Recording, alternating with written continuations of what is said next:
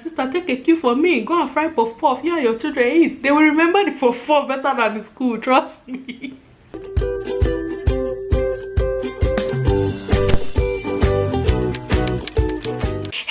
Welcome back to my channel. It's your girl Marina here, and I'm so glad to have you back. If it's your first time here, you're welcome. Please do well to hit the subscribe button and turn on the bell notification so that you get notified every time I upload a new video. We share amazing content here. I share life issues and what my life has been like as a Nigerian immigrant in Canada. So hit the subscribe button and join our family. We have so much fun on this channel and you don't want to miss out.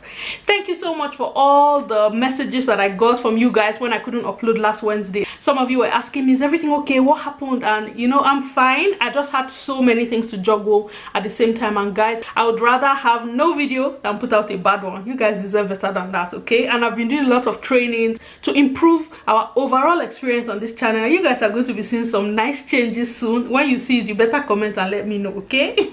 Some of you already started telling me, oh, I like our new intro, so thank you. As you would have noticed that we now have adverts on the video. Yeah, that's been going on for a couple of weeks now, and people have been asking me, should I skip the ad? And in my mind, I'm like, what?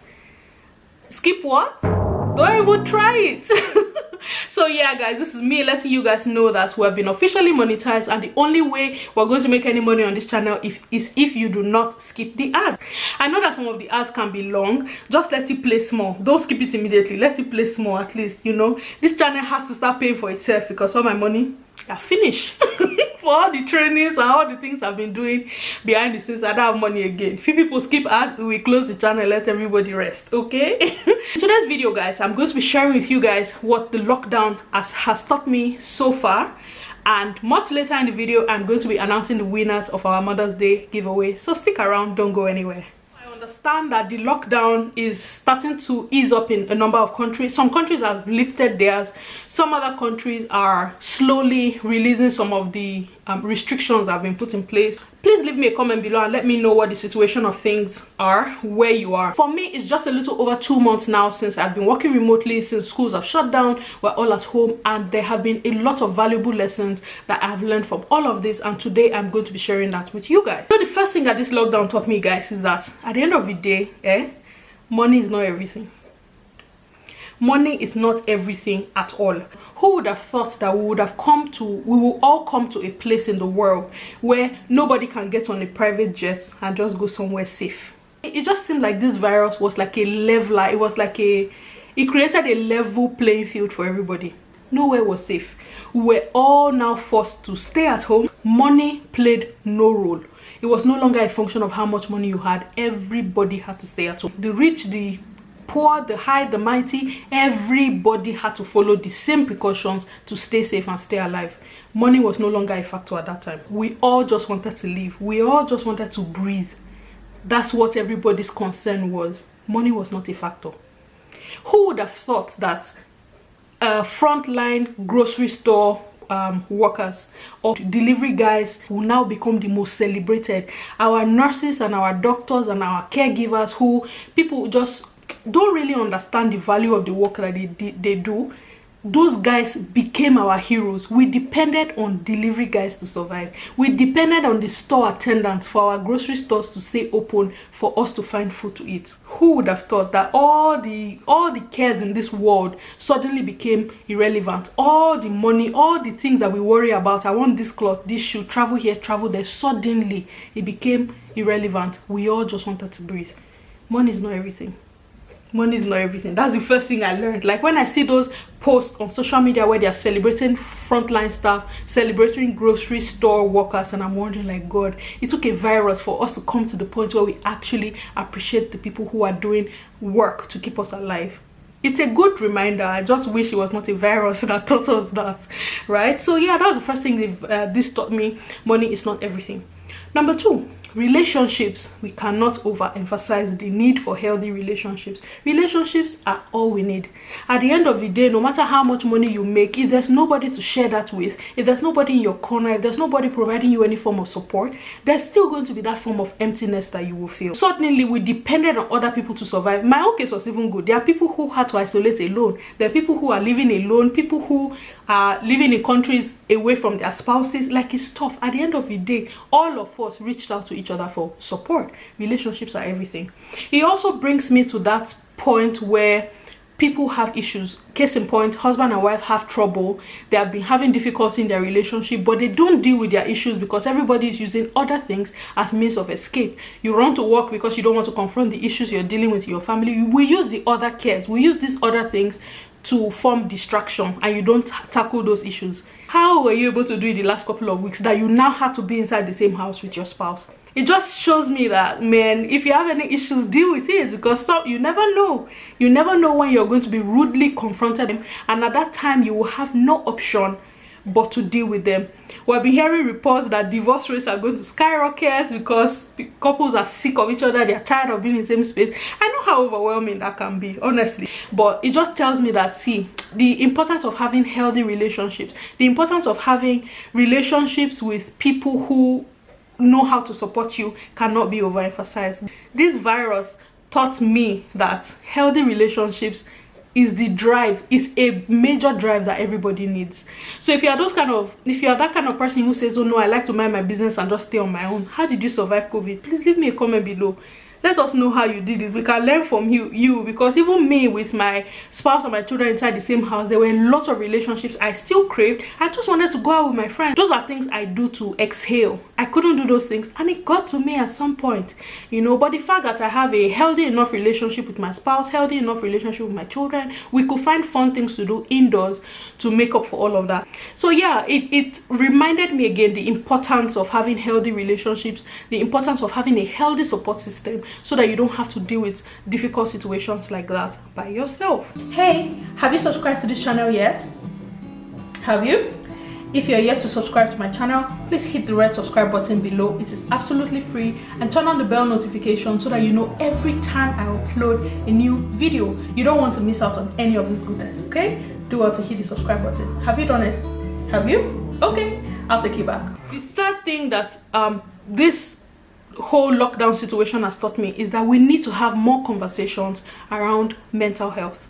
We need to have more conversations that allow people to freely talk about their mental health. We need to find a way to take away that stigma, the shame, the guilt that people feel when they admit that they have one kind of mental health issue or the other. But this was a major reminder that we need to go back and start to get comfortable with talking about issues relating to mental health. I'm going to use myself as an example.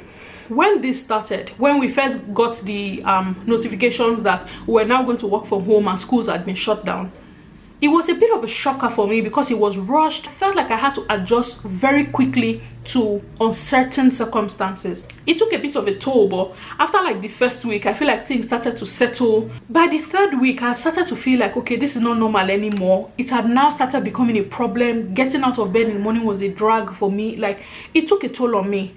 And then when online school now started, you guys, that part, it just felt like a lot to handle. I had to work from home. I had to still be a mom, and then I still had to do schoolwork for my children. It was hard. So in supporting myself to keep my head above water in the situation that surrounded us, I still had to be mom to my children. I still had to be a supportive spouse. I still had to be online teacher. But good thing, after my husband settled up, he was now able to carve out some time to do schoolwork. Now he does more schoolwork with the children than I even do, and I'm very, very grateful for that. These circumstances can take a mental toll on anybody, and I don't think anybody enjoyed this throughout. If you did, please raise your hand and leave a comment below and tell us how. Where do we go at times like that? When you feel overwhelmed, when it feels like, okay, I can't handle this. For people who were isolating in abusive situations, for people who were isolating in toxic relationships, how do people like that cope with situations like this? We just need to have more conversations. We need to know when to get help. We need to know when to draw the line between religion and getting professional help. For me, I had access to, the whole time, I had access to professional help. So if it ever came to the point where I needed to talk to a professional, I knew what to do. But my heart went out to the people who don't have those options. How are they doing it? How did they really survive this? It bothered me a whole lot, guys. There were lots of times I would go on social media just to see what's happening. Honestly, it was tough. We just need to get more comfortable. People need to be more comfortable to share their struggles. We all just need to shed this super person persona because you're perceived a certain way. So you feel like because people already look at you like that, you cannot now admit that you're struggling. It's okay to admit you're struggling. You're not the only one. So for anybody who had to deal with really difficult mental situations in this lockdown, or even before that, there are some people who were already dealing with issues before the lockdown, and just being locked down or isolated escalated things. Like, how did you do it?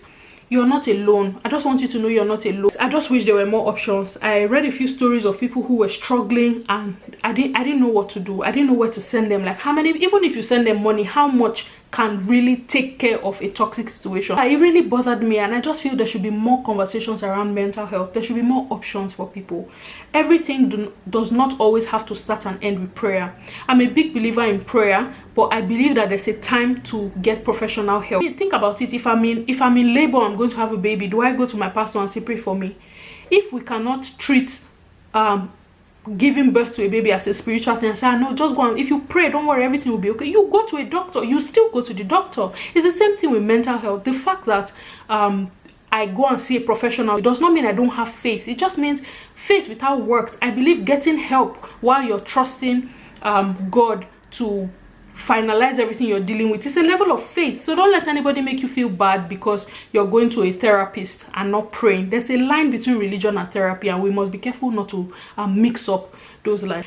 Now, the final thing that this lockdown has taught me is that our children have a lifetime ahead of them to read book. If they don't read book in this last couple of weeks or the months that we're having a lockdown, they are not going to die. At some point, I could not cope with the schoolwork that my children's teachers were bombarding us with. They have a lifetime ahead of them. If they don't read in 2 weeks or 6 weeks or whatever it is, they are not going to be damaged. So don't kill yourself because you cannot keep up with online school. That's what I told myself. I said, see, let's just say the truth. You see this thing, I cannot cope with all of it every day. So the day they bombard you, you don't know what else to do. My sister, take a tip from me, go and fry puff puff. Yeah, your children eat. They will remember the puff puff better than the school, trust me. My children remember puff puff and 7-Up more than they remember what they are teaching them in school. There's a whole lifetime ahead of them for them to read books. So don't pressure yourself. They are going to be all right. Okay, your children are going to be fine. I know mine are, you know. So yeah, I just realized that, you know, I can't, this struggle was getting too much to keep up with work, keep up with school, keep up with this, keep up with that. I'm like, you know what, everybody breathe. We are going to go and fry puff puff. We are not doing school today and nobody died. So don't put pressure on yourself. Take a step back, pace things in a way that you can handle it. Okay, so that's what I've learned from the lockdown so far. If there are lessons that you have learned, please leave them in the comment section below. I want to learn from you guys. How did you cope with all of this? What are you looking forward to when the lockdown is finally over? Please share that with me. I enjoy reading your stories. You guys already know that. Okay, now to the part that you all have been waiting for. You are just be polite, waiting for me to finish talking, say, madam, get straight to the point. Okay, I hear you. To announce our giveaway winners, well, first of all, guys, I just want to apologize again. This is the first time that I'm hosting this, and after I put out that video, I realized that I did not ask you guys to specify your location. I said I was going to pick 2 moms in Canada and 2 moms in Nigeria, but now I got a number of comments. I don't know who is where. There were some comments I could tell that the moms were in Nigeria, but I could not tell who the moms in Canada were. So please, if you're a mom in Canada, do me a favor, edit your comment and indicate that you're in Canada. Because of that, I decided to pick 3 Nigerian moms instead of 2.